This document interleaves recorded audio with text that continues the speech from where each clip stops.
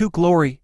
Maybe, Alistair said, his eyes scanning the grim, tired faces that looked to him. They were farmers, blacksmiths, runaway nobles, and old soldiers like him. They were not heroes. They were the ones who had stayed behind so others could be heroes elsewhere. They won't remember us, a man named Darren said, sharpening an axe that was already sharp. No songs for the ones who die in a lost cause. The songs aren't for the dead, Darren, Alistair said, hefting his great sword onto his shoulder. They're for the living, to make them feel better. What we did, the people on those ships will know. Their children will know.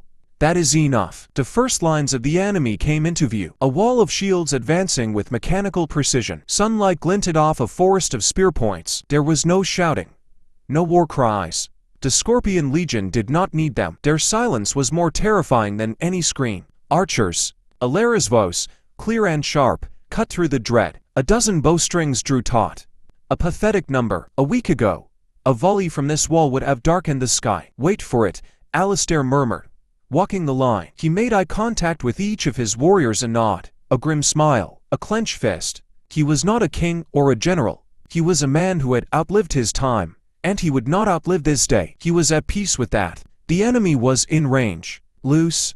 The arrows flew, a desperate, sparse hail. They tinked harmlessly off shields or found a seam here and there. A man falling silently, his place immediately filled. The advance did not falter. It was like throwing pebbles at a tide. The siege ladder slammed against the wall.